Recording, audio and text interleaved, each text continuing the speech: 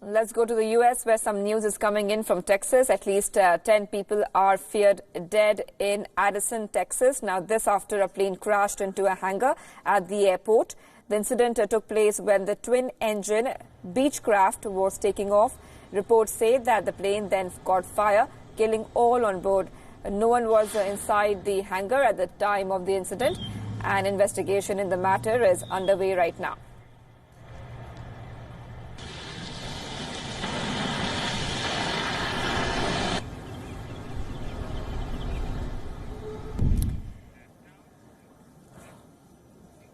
Well, Japan has now resumed whale catching for profit despite international backlash. 5 ships from whaling communities around the country have left port in northern Japan's Kushiro.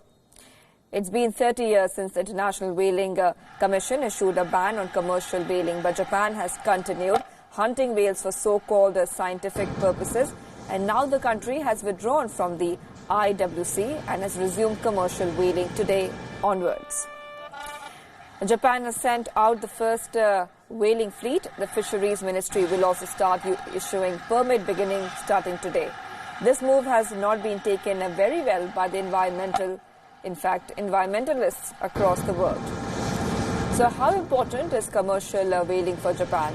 In 1960s, Japan consumed around 20,000 tons of whale meat. Recently, however, consumption has fallen to 5,000 tons. According to a report from the International Fund for Animal Welfare, whale meat accounts for a meager 0.1% of Japan's total meat consumption. And only 300 people are directly involved in commercial whaling.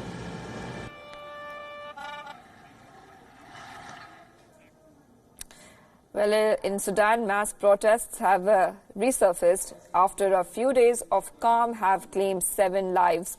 Protesters are carrying out marches once again in a bid to, in fact, build pressure on the ruling military to pave the way for a democratically elected government. Demonstrators held banners while chanting "Civilian rule, civilian rule." Thousands of men and women flashed victory signs and carried Sudanese flags. Security forces have retaliated by firing tear gas at protesters. Khartoum witnessed a heavy deployment of troops before protesters took to the streets. The massive protest has been carried out amid international calls to practice restraint to prevent any possible crackdown on protesters. Rapid Support Forces Chief General Hamdan Dagalo has warned that he would not tolerate any vandalism at the protest. He said in Equatorial, "There are vandals, there are people who have an agenda, a hidden agenda. We don't want problems," end quote. In a bid to tackle with the Million-Man March, Rapid Support Forces were deployed in pickup trucks with machine guns mounted on them. The European Union and several other countries have urged the ruling military generals to avoid any violence. Many shops remain shut for the first time after protesters had launched a civil disobedience movement. The ruling military council in Sudan has made it clear that protest leaders and opposition groups would be held responsible if there is any loss to life and property during protest marches scheduled for Sunday. Now, this decision to hold a massive protest march comes after the military and protesters failed to reach a common ground on new government plan proposed by Ethiopia.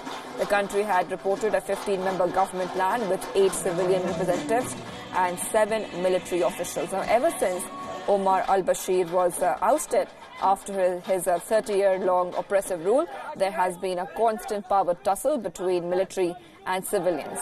Protesters who were hoping for a democratic setup were not happy when the military took control. The two sides were open for negotiations until the military launched a violent crackdown on protesters in which more than 100 people were killed. Protesters launched a civil disobedience movement but soon got back to work. The fate of Sudan now hangs in balance. The political unrest and human rights violation has caught global attention. All eyes are now on how the military and protesters will find a common ground.